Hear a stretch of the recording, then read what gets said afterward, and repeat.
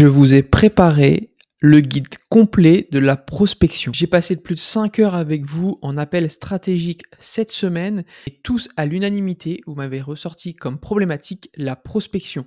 Que vous créez du contenu, ok, mais il n'y a pas de lead entrant normal parce que vous ne faites pas de prospection et vous aviez des blocages par rapport à ça. Vous ne savez pas comment faire la prospection, comment aller chercher une audience ciblée, qualifiée, quel message envoyer et comment convertir par la suite. Alors, j'ai fait ce diagramme complet pour vous présenter tout de A à Z. Vous pourrez juste ensuite copier-coller la stratégie juste après le visionnage de la vidéo, littéralement, pour pouvoir vous apporter vos premiers leads. C'est pas une blague, ça vous permettra d'avoir 5 à 30 rendez-vous par mois supplémentaires. Alors on va commencer par le commencement, la base. Pourquoi la création de contenu seule ne fonctionne pas? Pourquoi la prospection seule ne fonctionne pas non plus? Alors la prospection seule, c'est simple, pourquoi ça marche pas? Il y aura aucune réponse. Pourquoi?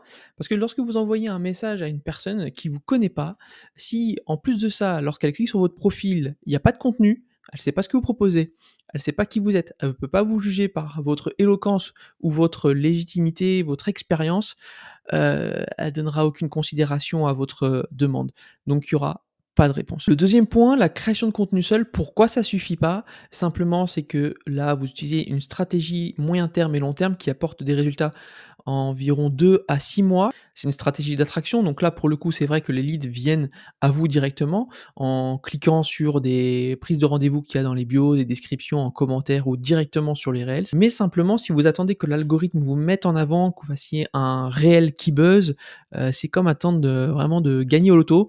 Il y aura pas de visibilité sur votre profil ou alors, vraiment il y aura une personne sur 100 qui va être boostée et peut-être pas forcément sur une audience ciblée. Alors attendre que l'algorithme fasse le travail à votre place, c'est pas dans la vision d'un entrepreneur, c'est pas le mindset qu'on veut. Nous, on va aller chercher des résultats rapidement, donc on va allier les 2, la création de contenu et la prospection. Pourquoi? Maintenant qu'on va faire de la prospection alors qu'on a créé du contenu, on aura une légitimité, on aura également la visibilité et donc des premières prises de rendez-vous. Si vous envoyez un message à une personne et que là vous avez des publications, des posts sur qui vous êtes, qu'est-ce que vous proposez, vous donnez quelques conseils, ça va déjà rassurer la personne qui ne vous connaît pas du tout et peut-être qu'elle va répondre à vos messages. OK? Le problème majeur de ceux qui font la prospection seuls, c'est-à-dire sans création de contenu, c'est qu'ils pensent qu'à chaque fois les messages qu'ils envoient, ils sont pas pertinents et ils changent de trame encore et encore, mais c'est pas ça le problème. On le voit bien, c'est qu'il faut lier les 2, ça marche vraiment ensemble. Alors, c'est pour ça que c'est le guide complet, de la prospection et je suis, obligé de passer par la création de contenu, comme je viens de le montrer, sinon la prospection ne fonctionnera pas. Donc la création de contenu, stratégie moyen long terme, 2 à 6 mois, je l'ai évoqué. Il y a 3 choses. Il y a les publications, donc les posts, ça peut être des carousels, des photos, OK. Il y a les formats short, donc ça c'est les formats reels sur Instagram et il y a les formats longs et ça, on peut appeler ça aussi les lead magnets, on verra ça par la suite. Alors pour moi, il faut faire les 3. Les 3, pareil, fonctionnent ensemble. Les publications et les posts permettent de donner du contexte, de cadrer la personne que vous êtes et ce que vous faites. C'est pour ça que je conseille toujours d'avoir 2 publications épinglées sur 1 qui je suis et 2 qu'est-ce que vous proposez, que ce soit vous en tant que personne ou votre entreprise. 2 publications épinglées, il peut y avoir, plusieurs images, ça peut être en carrousel avec en description qui vous êtes ou sur la photo directement. Vous pouvez le faire avec Canva, c'est très simple et vous l'épinglez comme ça c'est toujours en haut de votre profil. Ça donne du contexte. Deuxième point, vous faites des formats short.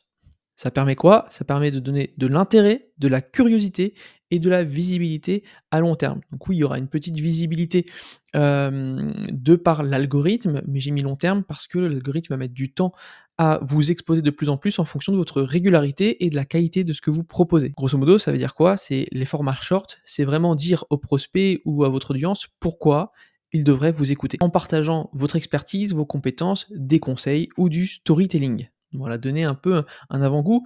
C'est comme les bandes annonces lorsque vous allez au cinéma, ça donne envie ou non de regarder le film quand il sortira. Et ben le film qui va sortir, c'est les formats longs, c'est les lead magnets. Donc lead magnet aimant un lead, on l'a vu dans une autre vidéo, les 7 étapes également à respecter. C'est ce qui va vous permettre de convertir en prise de rendez-vous. Parce que voilà, on sait qui vous êtes maintenant, on sait ce que vous proposez, on sait pourquoi on devrait vous écouter. On a été convaincus sur 30 secondes, 60 secondes de short. On voudrait en savoir plus quand même sur vous et on voudrait avoir un peu plus confiance. Pourquoi je voudrais apprendre auprès de vous? Pourquoi je voudrais travailler avec vous? Ça répond à ça. les formats longs et ça peut être donc des méthodes, comme la méthode de la prospection que je suis en train de tourner, ça peut être des guides, ça peut être des conseils, des discussions comme des podcasts, des débats et une fois que vous avez ces 3 là, vous avez un contenu minimum. Donc je dirais, voilà, au moins ces 2 publications, que vous ayez au moins 3 à 5 shorts et un format long, lead magnet. Donc un seul suffit, mais il faut que ce soit de très bonne qualité. Vous pouvez faire soit la prospection, ce que je vous conseille, soit jouer au loto. C'est-à-dire qu'il y a 99 des comptes, voire plus peut-être qui auront entre 50 et 500 vues par reels et il y a peut-être 1 qui va faire des reels à plus de 500 vues, qui vont peut-être buzzer. Donc c'est comme vous voulez. Soit vous attendez que ça fonctionne pour vous, soit, vous allez chercher, vraiment les résultats par vous-même et c'est ce qu'on veut, hein, généralement. Donc la prospection, c'est stratégie court terme, ça permet d'avoir des rendez-vous directement, moins d'un mois. En fait, en une semaine, on peut avoir des rendez-vous. Dans mon cas précis, en 2 semaines avec, les autres lead magnets que j'ai pu faire et ma prospection, j'ai pu avoir 6 rendez-vous en 2 semaines, d'accord? Alors que c'est le tout début, de mon activité et la prospection, il y a 2 types. Alors, on a l'inbound marketing, c'est la prospection chaude, c'est-à-dire que c'est, la prospection qui vient à vous, d'accord? Chaude, ça veut dire qu'ils sont chauffés, c'est-à-dire qu'ils vous connaissent, d'accord? Contrario, froid, c'est qu'ils ne vous connaissent pas du tout, ils savent pas qui vous êtes. Et là, c'est l'outbound marketing, prospection froide, ceux que vous allez aller chercher, mais qui n'ont jamais entendu parler de vous, OK? Donc ceux qui vous connaissent déjà, comment ils vous connaissent? Bah, ils ont été exposés par vous, par l'algorithme où vous avez fait de la prospection et en tous les cas, ils se sont manifestés soit par des likes de publications, de reels, ou de stories, des follow ou simplement des vues. Peut-être vous voyez en vue, en story, l'historique qui vous a vu même s'ils n'ont pas liké. OK? Et toutes ces personnes-là, eh ben, on va faire du setting. OK? Et en dessous, la prospection froide, vous allez dire: «OK, mais la prospection froide, alors comment on va cibler, notre avatar client, vraiment notre client idéal?»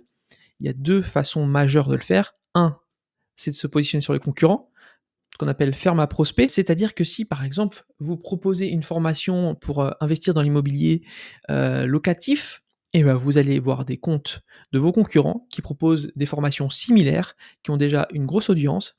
C'est-à-dire que s'ils ont une audience à 5 ou 10 000 abonnés et ben, ces 5 ou 10 000 abonnés s'intéressent de près ou de loin à l'immobilier ou en tout cas à l'investissement et peut-être, plus généralement à être libre financièrement.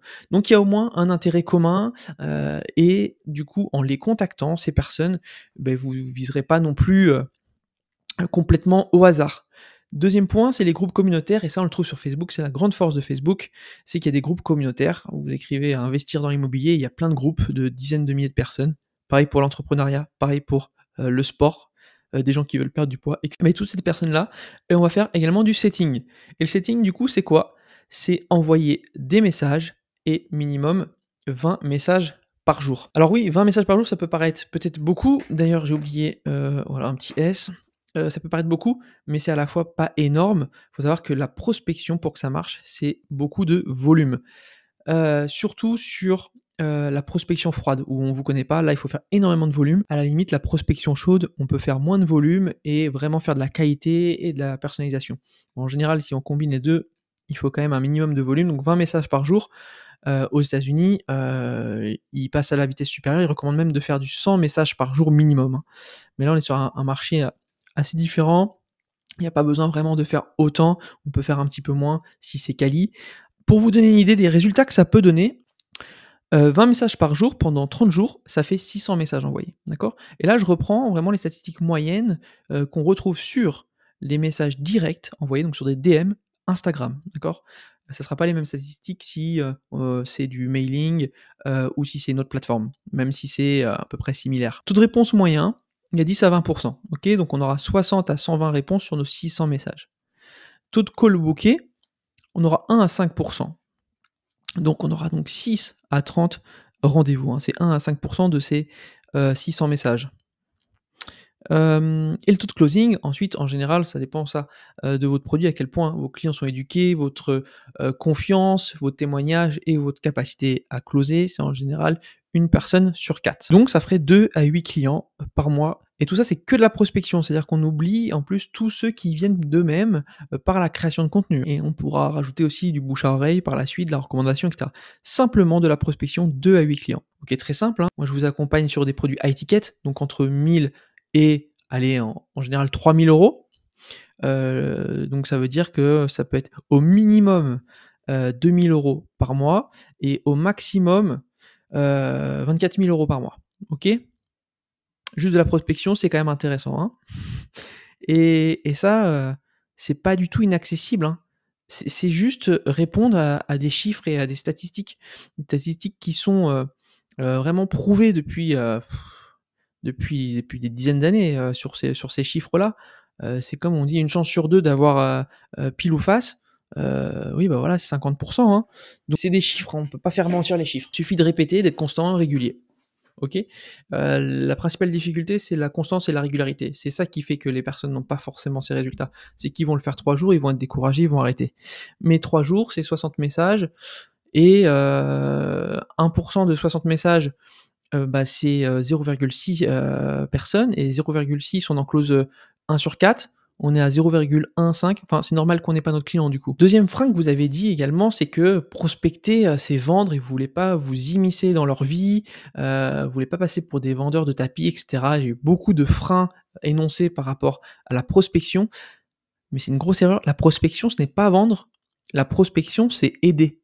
Simplement mettre en avant votre accompagnement et simplement l'essence même de votre business. Si c'est de l'accompagnement, du coaching, c'est que vous voulez aider les gens, non? Ou vous voulez vendre pour vendre, faire de l'argent et peu importe les résultats de vos élèves ou de vos clients. Là, c'est vraiment, une autre façon de voir les choses. Vous êtes là pour aider, donc si vous voulez faire des formations dans l'investissement immobilier, c'est parce que vous voulez aider les gens à être libres financièrement comme vous, temporellement, géographiquement et qu'ils puissent, vivre leur vie de rêve.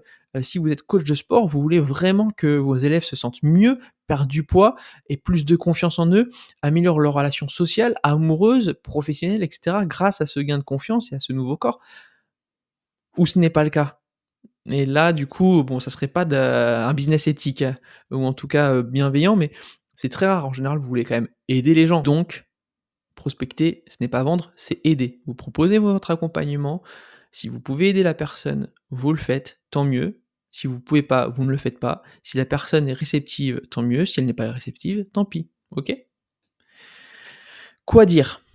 Alors là aussi, c'est plus simple que vous ne le pensez. Il faut être authentique. C'est fini la période où il y a vraiment, un côté, de vente forcée, où il faut des compétences commerciales et cetera, qui aujourd'hui existent encore dans plein de domaines comme le domaine bancaire, assurantiel et cetera. Mais il faut savoir que toutes ces entreprises, ils ont 10 à 15 ans de retard sur tout ce qui est en ligne. Le simple fait que déjà toutes ces entreprises n'utilisent pas l'IA, n'utilisent pas ChatGPT, ils ont 10 à 15 ans de retard à cause de la conformité, de la mise à l'échelle sur des échelles nationales ou internationales et cetera. Donc ils sont extrêmement en retard et ils utilisent encore même des méthodes de vente qui sont passées. Aujourd'hui, en tout cas dans le business en ligne, les IA sont fortement utilisées, les automatisations également, donc les personnes se font vraiment inonder de messages, se font constamment solliciter, par des messages qui sont de plus en plus agressifs en plus et au final, ils sont de moins en moins réceptifs parce qu'il y a une sorte, d'éducation qui se fait. Ils commencent à comprendre ce que c'est ces messages. C'est quoi le but derrière? C'est vraiment de la vente. Donc ils sont de plus en plus éduqués. On peut plus aller aussi frontalement, qu'à l'époque. Les gens sont plus dupes. C'est terminé vraiment ça, cette époque et il faut savoir se démarquer de toutes ces IA et de cette, nouvelle éducation. En fait, votre prospect, il est beaucoup plus au courant et au fait de ce qui se passe dans les business en ligne qu'à l'époque. C'est aussi l'accès à l'information, qui est de plus en plus libre et de plus en plus gratuit qui fait ça, hein, également sur YouTube et sur les reels partout, hein, sur les réseaux sociaux. Donc qu'est-ce qu'on va faire? Eh ben, on va rester le plus authentique possible. En fait, on va juste démarrer une conversation d'humain à humain. Simplement, vous vous intéressez à la personne et c'est pas un message, «Bonjour, je suis assistant, administratif, est-ce que tu veux profiter de mes services?» Ça, on oublie totalement. Ça, c'est terminé. C'est, «Bonjour, j'ai vu que tu étais entrepreneur, super cool, ça fait combien de temps?» «Ah ouais, trop bien et qu'est-ce que tu fais? Ça fait longtemps?» «Oh super, c'est quoi tes objectifs aujourd'hui?» et cetera. On s'intéresse vraiment à la personne, on crée une relation sincère. Si on peut l'aider, on lui propose notre aide. Si on voit qu'il y a pas besoin, et qu'il y a pas de possibilité, on propose pas. OK? C'est aussi simple que ça. Comment commencer? Alex Hormozy le dit: personnaliser au maximum, puis offrir rapidement une grande valeur ajoutée. Donc ici, il y a 2 façons toujours, on va aller sur, l'inbound marketing en premier, c'est-à-dire ceux qui viennent à vous, Ce qui est plus simple, c'est qu'ils vous connaissent déjà, ils vont liker une story par exemple. Donc comment on peut faire? Bah, à la suite d'un like, d'une vue, d'un follow, d'un commentaire, systématiquement envoyer un message. Alors à chaque fois que c'est une personne différente, hein, c'est pas parce qu'à chaque fois qu'il va liker qu'il faut envoyer 10 messages à la même personne, hein. On est clair là-dessus. Mais vous envoyez salut, prénom, j'apprécie le action, donc j'apprécie le like, j'apprécie le follow. Je suis curieux de savoir ce qui a attiré ton attention. OK, si simple que ça et ça démarre la conversation. OK. Si vous avez déjà une audience existante, alors vous pouvez aussi les contacter. «Salut prénom, je vois que tu es abonné depuis longtemps, à mon compte. Je suis curieux de savoir ce qui te plaît dans le contenu que je fais actuellement». Ça vous permet de démarrer une conversation et ensuite vous allez voir si vous pourriez l'aider et peut-être en faire un potentiel client. Mais ça permet aussi de savoir, ce qui lui plaît et si sur 10, 15, 20 retours, vous avez à chaque fois les mêmes choses, ça vous permet de savoir quel contenu cibler et mettre en avant par rapport à ce qui plaît à votre audience. Bonus, j'ai mis pour optimiser les résultats, il faut faire de l'A/B test. Il y aura toujours des formateurs et des coachs, comme moi et d'autres qui vont mettre en avant, en fait, leur méthode et dire: «C'est ça qu'il faut faire, c'est ça qu'il faut faire» et chacun prêche sa paroisse et c'est normal. C'est leur identité, c'est leur croyance et c'est OK. Mais j'essaie de prendre un peu plus de recul et je pense qu'il faut tester un petit peu tout aussi tant qu'on ne le sait pas. Et donc l'A/B test, c'est ça, c'est tester 2 méthodes différentes, voir les résultats, les analyser et prendre la meilleure. Et ensuite prendre cette meilleure et la remettre en comparaison à une autre, les retester et reprendre la meilleure et ainsi de suite pour continuellement s'améliorer. Et donc je pense qu'il faut tester aussi la prospection avec des messages vocaux, ce qui fonctionne de plus en plus aujourd'hui. Ça fait encore plus sincère, encore plus authentique, encore plus personnalisé. Donc si vous faites 20 messages par jour, peut-être, faites-en, 15 classiques et 5 avec des vocaux et à force de traquer les résultats, de tout mettre sur un Excel aussi également, voir qu'est-ce qui a le plus de taux de réponse et en fonction de ça, voir ce qu'il faut optimiser. Donc ouais, je vous conseille de faire des petits messages vocaux, quelquefois pour démarrer aussi, les conversations, ça peut être très intéressant. Il y a des bons retours là-dessus.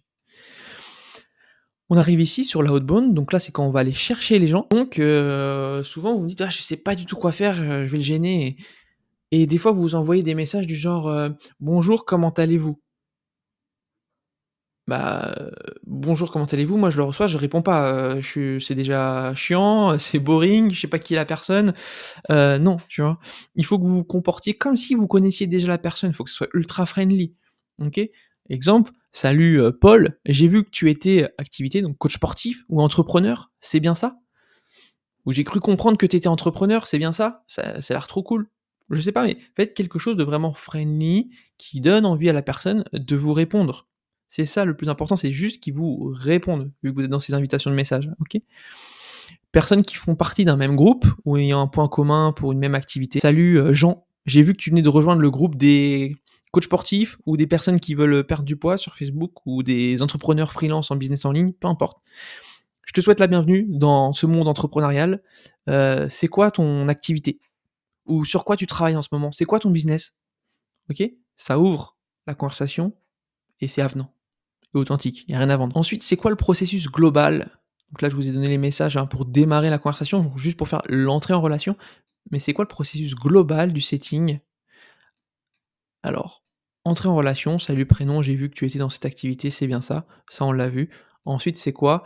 On va faire directement, enfin, pas directement, mais le plus rapidement possible, une transition vers notre activité. On va essayer d'amener la conversation là où on le souhaite quand même. Donc on va essayer toujours de leader la conversation et de pouvoir la diriger vers notre activité. Donc si je suis, coach sportif, je vais essayer de toujours faire en sorte de ramener la conversation vers le sujet du sport, sur le bien-être, ou sur les problèmes, liés, à un surpoids ou un manque d'activité physique ou de sommeil, parce que peut-être qu'il y a des liens, d'accord? Toujours essayer de ramener ça à nous.